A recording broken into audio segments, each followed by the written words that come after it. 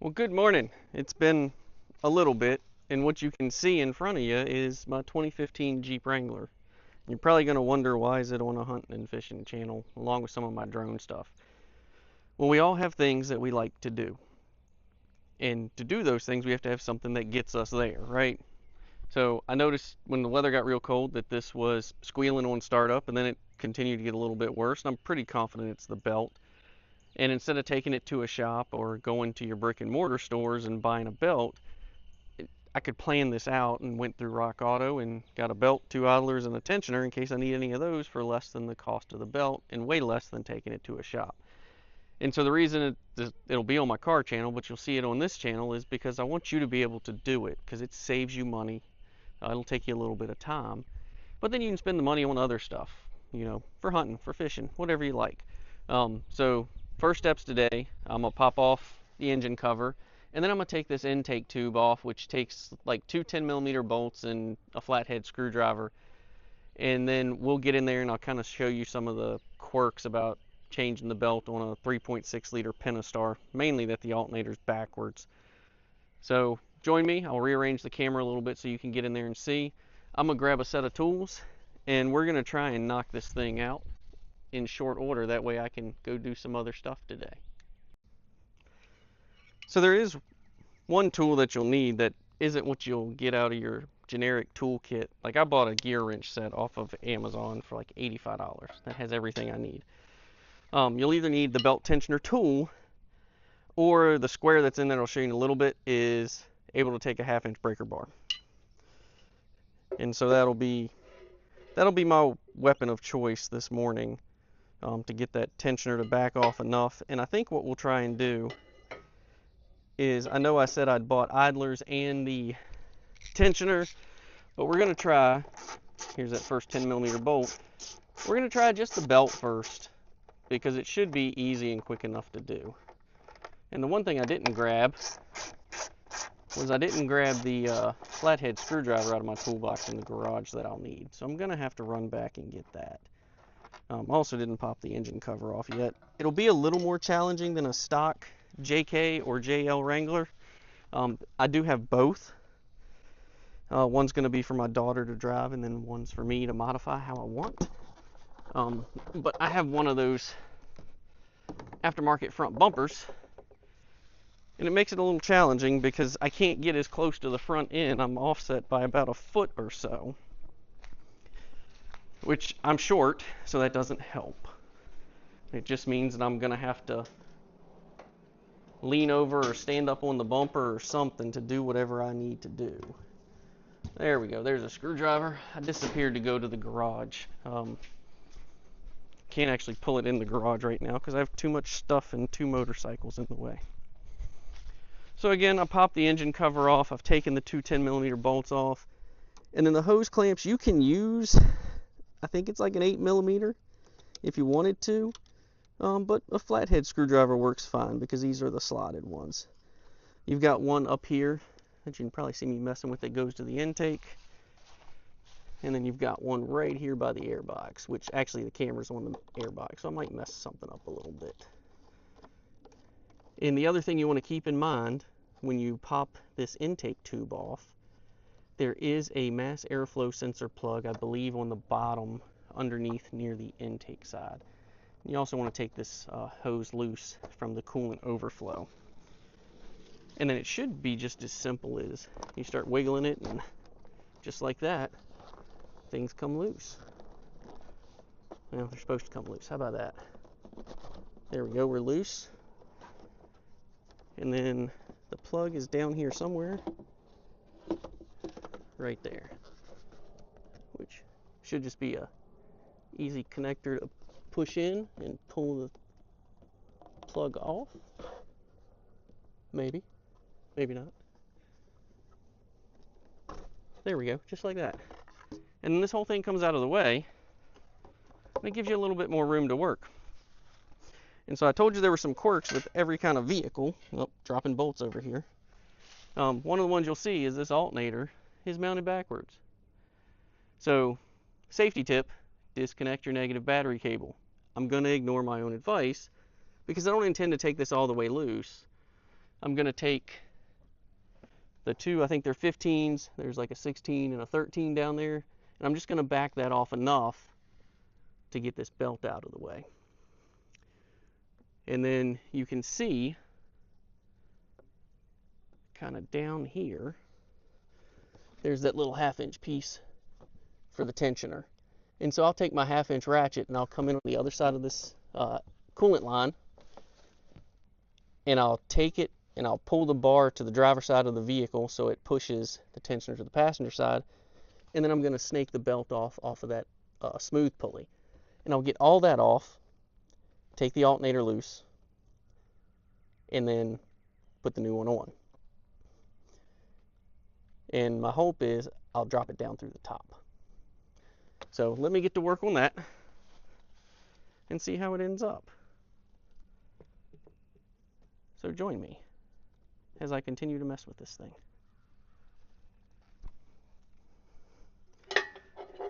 So I've got my 1/2-inch breaker bar and an extension, and I'll go in and attempt to line it up, which is going to get right in the way of the camera. And then I am going to have to actually stand on the bumper of the Jeep because I can't get close enough. Stand up, lean, something. But again, this is all stuff you can do yourself. One of the things you might want to look for if you're not sure how your belt routes is take a look at how it goes. This one will come off the crank pulley up and around that flat pulley for what I believe is the water pump. It'll go around the alternator or AC compressor, come under an idler, come up to here, comes back down, goes around the tensioner that's right underneath of it, and then goes around the power steering pump. So I think that's what we're gonna do. And if not, Google is your friend. Okay, that's awfully tight. She's not wanting to move. Was not expecting that. Might be why it was squealing though. Normally these move pretty darn easy. Well, I don't think it goes the other way.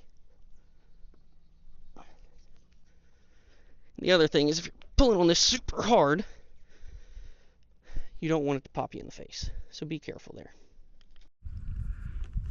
Alright, so sometimes you run into a monkey wrench you weren't planning on. I didn't plan on this tensioner and the hydraulic piece being so daggone tight I couldn't do anything with it.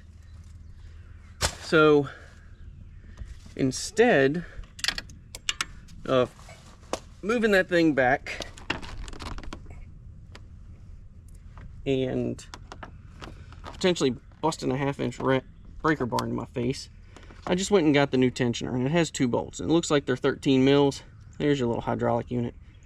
And I'm just going to pop the thing off, and that'll get the belt loose, and then we'll continue down our path of changing the belt. Like I said, not the way I had it planned, and I'm using hand tools instead of anything fancy, because everything batteries are charging on. So we'll do that, get this belt off, and then we'll put a new one on. So just a note, if you decide to go the route of popping the old hydraulic tensioner off because it doesn't want to move, there's going to be pressure there. Bolts are going to get stuck. And since I'm there, I'm also doing the idlers. Bearing seems fine. I don't see any reason for it to be an issue, but you're right there, so you may as well. The new ones come in a pretty little bag, and they got a bolt on them. They're kind of already captured. Important thing, making sure they're the same size, same width, and you just tighten these down until they're good. They're good and tight, but I'm sure there is a torque spec. But using a regular 3/8 ratchet and putting the 13mm bolt back on, actually the new one looks like it's a 14, not a 13. I'm sorry I took my mic off because it was getting in the way and I was getting frustrated. It just wasn't going well. And so that's one of the things, you know, I used to do this every day. It's my job. And you get really good at it, and then you still think you're really good at it. And you hadn't done it in ages. And then you realize you're not as good at it as you thought you were. You're not as fast, you're not as, you know, you don't remember all the shortcuts. I don't really want to call them shortcuts, but. And with this captured bolt, you can't actually put it on there without taking the alternator all the way loose. That's what I was trying to avoid. Well, that might not be true. So it's got this little piece in here that kind of captures it, and so your bearing can spin free and all that good jazz. You can actually back that out almost to the end of the threads, and then I can put it on without having to take this alternator all the way loose, which is what I was trying to avoid. Now, I have to loosen it regardless, so that way I can actually put it back together and get the old belt off and get the new belt on. But I shouldn't have to do anything crazy. See if that'll work. That might give me enough room. So what I'm trying to do is snake it behind the alternator bracket and then start the bolt. And it looks like I can if I get my hand down there. But I'm kind of running out of room.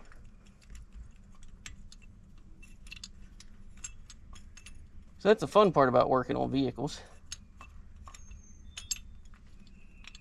Sometimes you're going entirely by feel because you can't see what you're working on.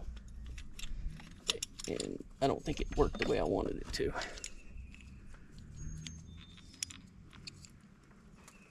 But we're not done yet. I can get up there and give it another try. Sometimes it's all about whatever angle you're contorted to. So you're going to get a view of me leaning over the camera. Or I'll just move the camera back here. And we'll see. You get to watch me stick my damn hands down here and try and... That's there. So now what's the deal here? I'm not sure what's going on. Why the bolt won't sneak in there the way I want it to. Unless it's the wrong daggone size. Let's unthread this completely and try sending just the bolt, and pay attention to which way you pull it apart too. See if the bolt's even the right size. And so that's kind of the challenge of ordering parts off of Rock Auto sometimes, right? That is definitely not the right size bolt.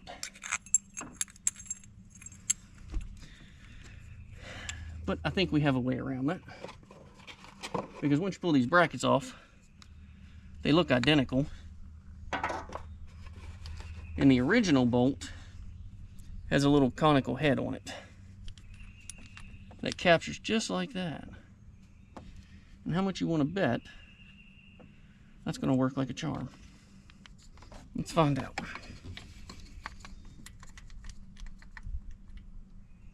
So I told you I saved all that money by not going to a brick and mortar store.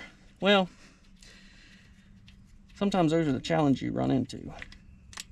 So the important thing here is, as I tighten it down and I get this conical head in where it's supposed to, I'm gonna want to make sure that once I tighten it up, it still turns. Because if not, that's not gonna be good.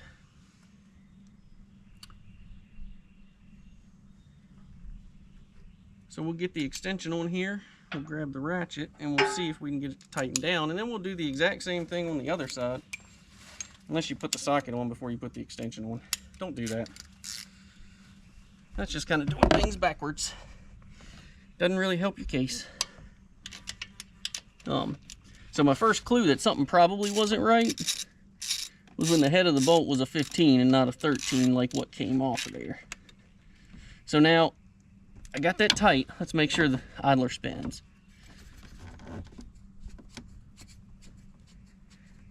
And it does. So I think we're in business there.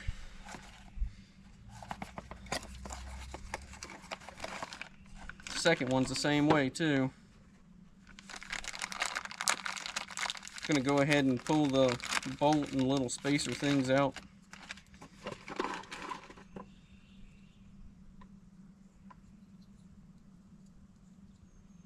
I don't understand why that was the case, but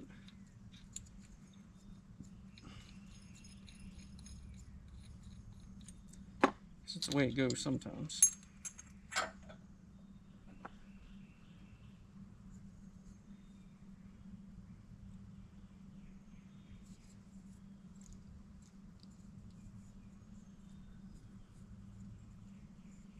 Everything about them looks the same. So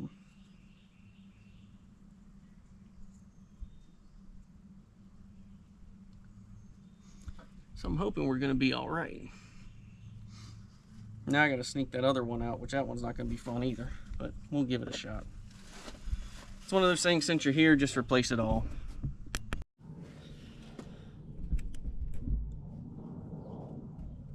Well, folks, I didn't want you to see all the craziness that I had to deal with. As you can see, the intake tube's going back on. Pay attention to your belt routing, even the new tensioner. I had that 1/2-inch breaker bar to try to get it to move. I ended up having to put a jack handle on it to get it to compress enough to actually let me get the belt on. And again, sorry, putting tools up as I go. I would strongly advise that the last pulley you run the belt over is the smooth pulley for the water pump. And if you have a second set of hands, that wouldn't hurt, because if you didn't have an aftermarket bumper like I do, which has made the job incredibly difficult to this point, you wouldn't have been able to stand on it, put the jack handle over the breaker bar, and turn it, or push it, and then reach down and sneak that belt over. And another thing, just make sure that you're in the grooves on all the pulleys that have grooves that they're supposed to be in. And this one kicked my butt a little bit more than normal, but they're all pretty simple.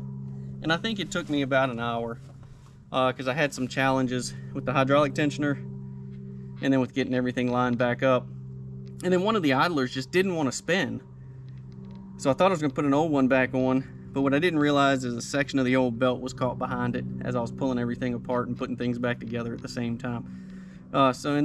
Just do a thorough double check. Save yourself some money. Cost you a little bit of sweat equity, but that's about all.